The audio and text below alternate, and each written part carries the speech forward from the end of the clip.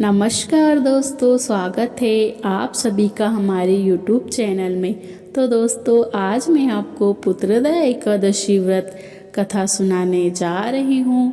दोस्तों, अगर मेरे द्वारा सुनाई गई यह आपको कथा पसंद आए तो मेरे चैनल को सब्सक्राइब कर बेल आइकन को प्रेस कर दीजिएगा। तो दोस्तों, लक्ष्मी नारायण की कृपा आप पर और आपके परिवार पर सदैव ही बनी रहे, इसी कामना के साथ हम कथा का प्रारंभ करते हैं। इसे पूर्ण श्रद्धा भाव के साथ श्रवण करिए और एक बार जयकारा लगाइए। जय हो लक्ष्मी नारायण भगवान की जय हो। एक बार महाराज युधिष्ठिर ने पूछा, हे भगवान, आपने सफला एकादशी का महत्व बताकर बड़ी कृपा की है। अब आप कृपा करके बतलाइए कि पौष शुक्ल पक्ष एकादशी का क्या नाम है, उसकी विधि क्या है और उसमें कौन से देवता की पूजा की जाती है। भक्त वात्सल भगवान श्री कृष्ण बोले, हे राजन, इस एकादशी का नाम पुत्रदा एकादशी है। इसमें भी नारायण भगवान की पूजा की जाती है।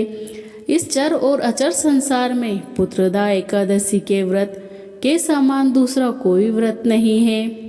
इसके पुण्य से मनुष्य तपस्वी, विद्वान और लक्ष्मीमान होता है। इसकी मैं एक कथा कहता हूँ, सो ध्यान पूर्वक सुनो। भद्रावती नामक नगरी में सुकेतुमान नाम का एक राजा राज किया करता था। इसके कोई पुत्र नहीं थे। उसकी स्त्री का नाम शैवैया था। वह निपुत्री होने के कारण सदैव चिंता में रहती थी। राजा के पितृ भी रो रो कर पिंड लिया करते थे और सोचते थे कि इसके बाद हमको कौन पिंड देगा। राजा को कोई बांधव, धन, हाथी, घोड़ा, राज और मंत्री, इन सब में किसी से भी संतोष नहीं होता था। वह सदैव ही यह विचार करता था कि मेरे मरने के बाद मुझको कौन पिंडदान करेगा। बिन पुत्र के पितृ और देवताओं का ऋण मैं कैसे चुका सकूंगा। जिस घर में पुत्र ना हो उस घर में सदैव अंधेरा ही रहता है। इसलिए पुत्र उत्पन्न करने के लिए प्रयत्न करना चाहिए। जिस मनुष्य ने पुत्र का मुख देखा है वह धन्य है, जिसको इस लोक में यश और परलोक में शांति मिलती है, अर्थात उनके दोनों लोक सुधर जाते हैं। पूर्व जन्म के कर्मों से ही इस जन्म में पुत्र, धन आदि प्राप्त होते हैं। राजा इस प्रकार रात दिन चिंता में लगा रहता था। एक समय तो राजा ने अपने शरीर को त्याग देने का निश्चय करा, परंतु आत्मघात को महापाप समझकर उसने ऐसा नहीं किया। एक दिन राजा ऐसे ही विचार करता हुआ अपने घोड़े पर चढ़कर वन को चल दिया तथा पक्षियों और वृक्षों को देखने लगा।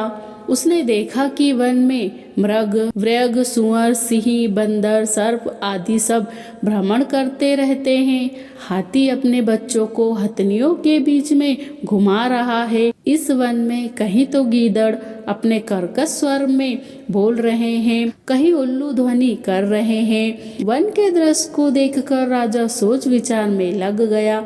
इस प्रकार आधा दिन बीत गया। वह सोचने लगा कि मैंने कोई यज्ञ किए बिना ब्राह्मणों को स्वादिष्ट भोजन से तृप्त किया, फिर भी मुझको दुख प्राप्त हुआ है क्यों। राजा प्यास के मारे अत्यंत दुखी हो गया और पानी की तलाश में इधर उधर भटकने लगा था। थोड़ी दूर पर राजा ने एक सरोवर देखा। सरोवर में कमल खिले थे तथा सारंश, हंस, मगरमच्छ आदि विहार कर रहे थे। उस सरोवर के चारों तरफ मुनियों के आश्रम बने हुए थे। उस समय राजा के दाहिने अंग फड़फड़ाने लगे। राजा शुभ सगुन समझकर घोड़े से उतरकर मुनियों को दंडवत प्रणाम करके बैठ गया। राजा को देखकर मुनियों ने कहा, हे राजन, हम तुमसे अत्यंत प्रसन्न हैं। तुम्हारी क्या इच्छा है सो कहो।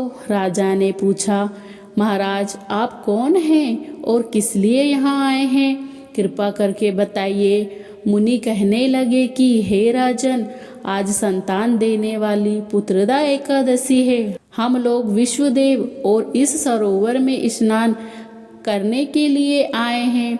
यह सुनकर राजा कहने लगा कि महाराज, मेरी भी कोई संतान नहीं है। यदि आप मुझ पर प्रसन्न हो तो एक पुत्र का वरदान दीजिए। मुनि बोले, हे राजन, आज पुत्रदा एकादशी है, आप अवश्य ही इस व्रत को करें। भगवान की कृपा से अवश्य ही आपके घर पुत्र उत्पन्न होगा। मुनि के वचनों को सुनकर राजा ने उस दिन एकादशी का व्रत किया और द्वादशी को उसका पारायण किया। इसके पश्चात मुनियों को प्रणाम कर महल में वापस आ गया। कुछ समय बीतने के बाद रानी ने गर्भ धारण किया और 9वें महीने के पश्चात उसको एक पुत्र हुआ। वह राजकुमार अत्यंत सूरवीर, यशस्वी और प्रजापालक हुआ। श्री कृष्ण बोले, हे राजन, पुत्र की प्राप्ति के लिए पुत्रदा एकादशी व्रत करना चाहिए। जो मनुष्य इस व्रत के महत्व को पढ़ता है या सुनता है, उसको अंत में स्वर्ग की प्राप्ति होती है। तो दोस्तों, यह थी हमारी पुत्रदा एकादशी व्रत कथा।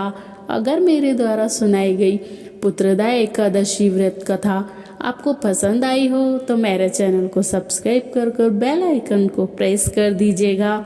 साथ ही लाइक, शेयर और कमेंट बॉक्स में जाकर जय लक्ष्मी नारायण की अवश्य लिखिएगा। पूरा वीडियो देखने के लिए आप सभी का बहुत बहुत धन्यवाद। मिलते हैं अगली वीडियो में।